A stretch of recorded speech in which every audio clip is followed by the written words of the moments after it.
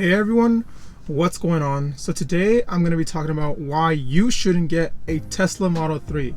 Now you might be asking yourself, why is he talking about not getting a Tesla Model 3 if he's inside a Tesla Model 3? Well, the simple yet complicated answer is, I made a mistake. So to answer why you guys shouldn't get a Tesla Model 3, first I have to give you guys some background information. So I was already in the market for a car. I decided about 2 years ago that I was going to keep the bucket that I had and I could save it for a really nice car that I wanted. So I was in the market for around a $50,000 car already. I was looking for a Dodge Charger RT.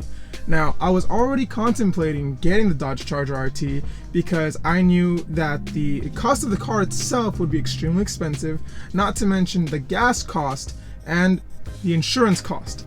And also I have a tendency to drive really fast on the streets, so speeding tickets were a big concern of mine as well. So there was 3 factors going against me getting a Dodge Charger RT. So I was really indecisive and didn't know if I wanted to get it or not, but I wasn't planning on getting it till the end of 2019, beginning of 2020 anyways, when all the New Year sales were going to be going on because all the new cars would be coming in, so dealerships would be trying to get rid of the not so new older cars. Or the not so old newer cars, I should say. So I was already contemplating if I wanted to get a Dodge Charger RT. Now, about over a month ago, about 1.5 months ago, in the middle of June, when I went out to San Jose to visit my girlfriend's family, my girlfriend's brother actually told me, hey, you should look into getting a Tesla. I thought, a Tesla? Like, why would I want to get a Tesla? Like, I've been dead set on a Charger for about 2 years now. Why would I want any other car besides a Tesla and besides a Charger? And he told me 3 things that caught my attention. The first thing was, which was the one I didn't even consider, which was that you could get a full charge with $3. Now, I didn't believe this because I thought that was way too ridiculous. And it turns out that it's not true, but it was true. I ended up doing a lot of research because, it did pique my interest. So I saw a lot of videos and I did see that a lot of people, when they go on road trips, they actually ended up spending about $3 to $5 for a full charge on their Tesla. And it makes sense that back then it wasn't so expensive because there was a lot of cars that either had completely free supercharging, or regardless, supercharging was just cheaper overall. But now with so many people that are driving Teslas, it's supply and demand for the superchargers. They've had to make a lot more superchargers, and therefore they've had to raise the price on supercharging everywhere. So it makes sense, but that wasn't the deciding factor. There was 2 other things that caught my attention even further. So the second thing that actually caught my interest was that you could actually drive in the carpool lane by yourself because it's a clean air use vehicle. And this really caught my attention because I already had a tendency to drive in the carpool lane without a passenger. So, the chance of me being able to drive in the carpool lane without having to worry about the chance of me getting a ticket because I'm not supposed to be in the carpool lane was pretty big deciding factor. So that was a really huge thing for me to consider. But the third thing that was one of the biggest factors was the cost of owning the car, because I wouldn't have to worry about the gas and because insurance would be so much cheaper. Now, I didn't know how much cheaper insurance would be, but now that I actually have my insurance, I know how big of a difference it is. The insurance for the Charger would have been over $600, as opposed to the Tesla Model 3, it's actually only $120 for full coverage. Now that's huge because for a male that's 22 years old with 2 incidents on his record, that's a pretty big deal. Now the reason why I have 2 incidents on my record is because within the first 3 months of driving, I was stupid, I was foolish, I was reckless, and I got into 2 minor incidents. Well, one of the incidents wasn't minor, but it wasn't technically my fault.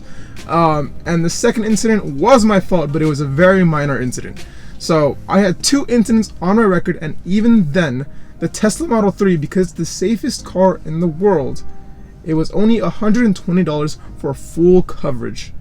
Now that was huge for me. And that was one of the deciding factors of why I started looking into getting a Tesla Model 3. But I still wasn't sure whether or not I wanted to get it or not. So now I've been talking about the reasons why and the benefits to getting a Tesla Model 3 and why I decided to look into getting a Tesla Model 3, but that's not answering the question of why you shouldn't buy a Tesla Model 3.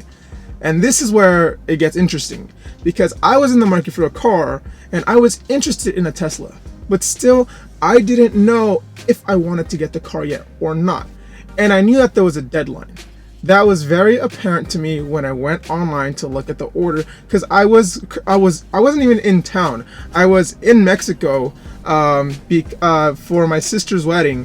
So I was out of the country.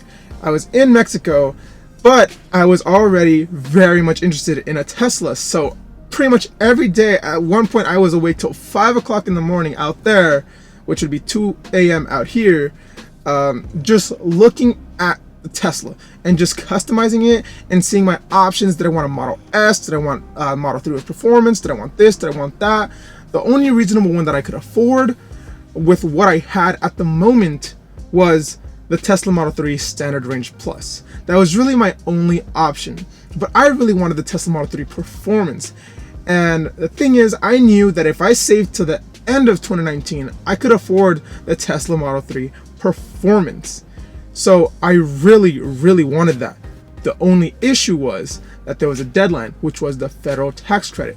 When I got back from Mexico, I went to a Tesla dealership and I went to go check out the car.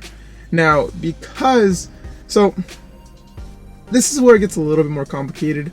The salesman, I believe they're not supposed to make a commission off sales, which is why they cut out a lot of dealerships, because they wanted to focus more on the information, on them being information centers.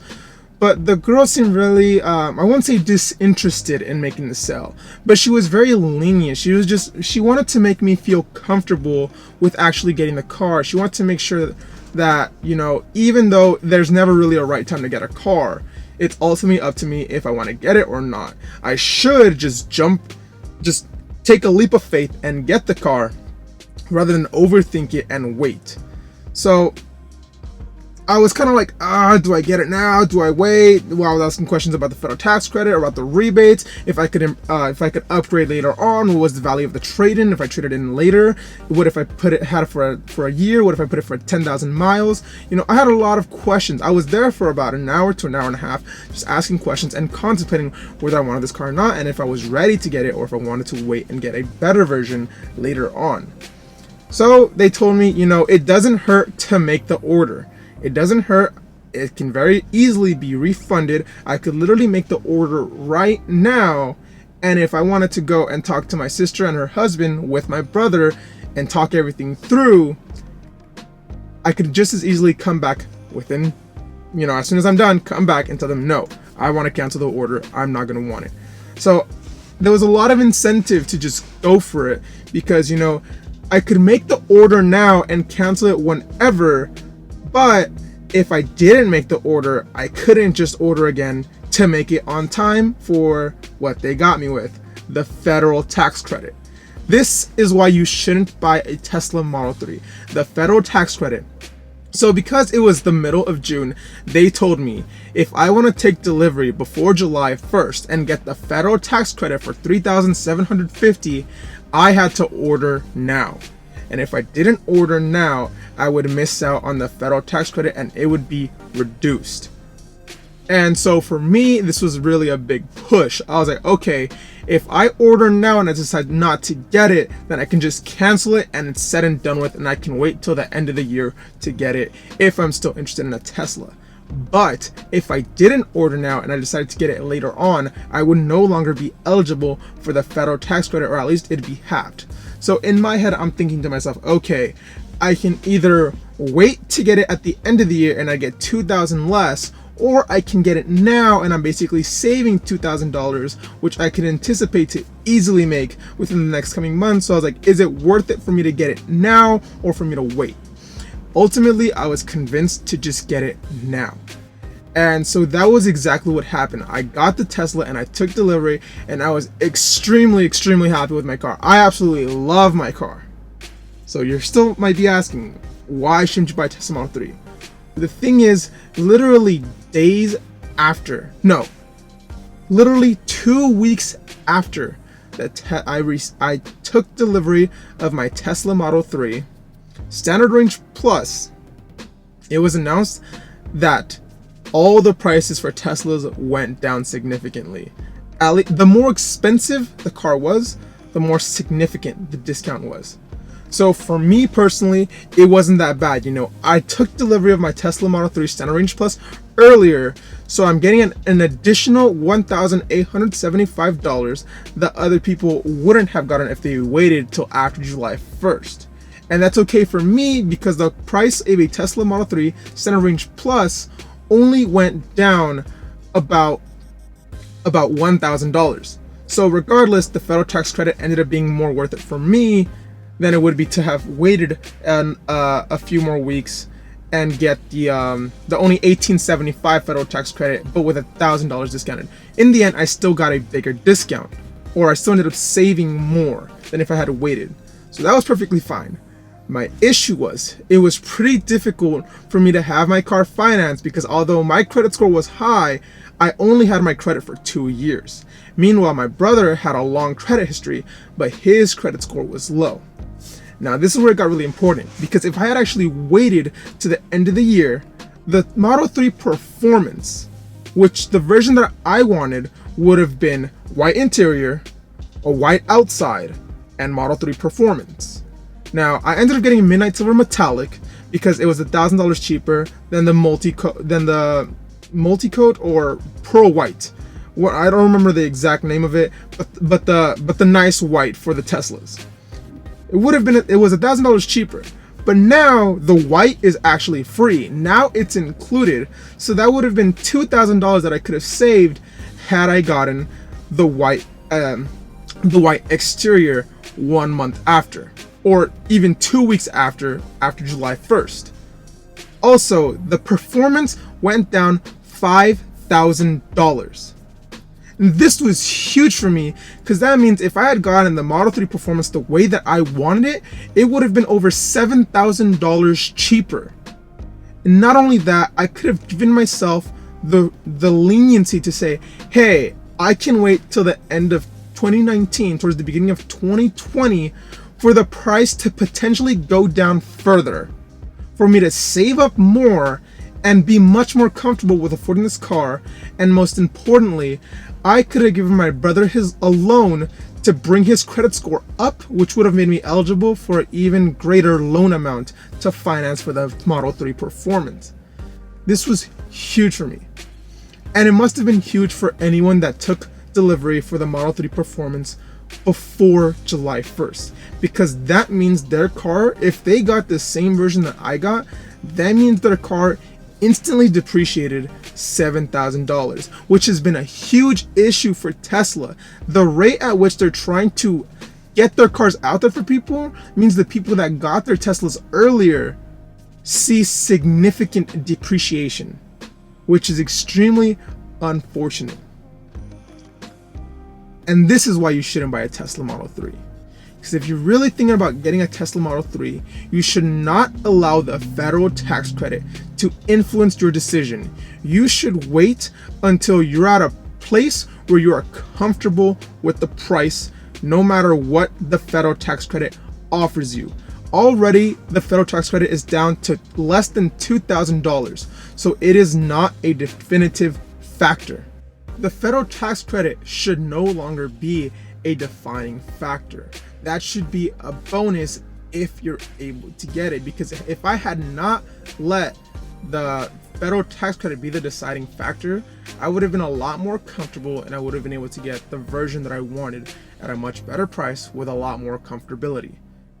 So that is why you shouldn't buy a Tesla Model 3.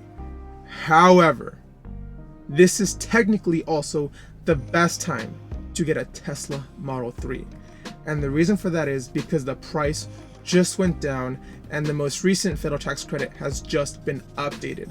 Chances are the Model 3 Performance and the federal tax credit will not be reduced until the beginning of 2020, which means you now have 5 months that you would be able to enjoy your Tesla basically before it depreciates further. So if you are to get a Tesla Model 3 Performance, now is the best time. And if you're not interested in the Performance, it is still an amazing time to be a Tesla Model 3. And the reason why for that is because there's still the federal tax credit, and now the card is $1,000 even more affordable.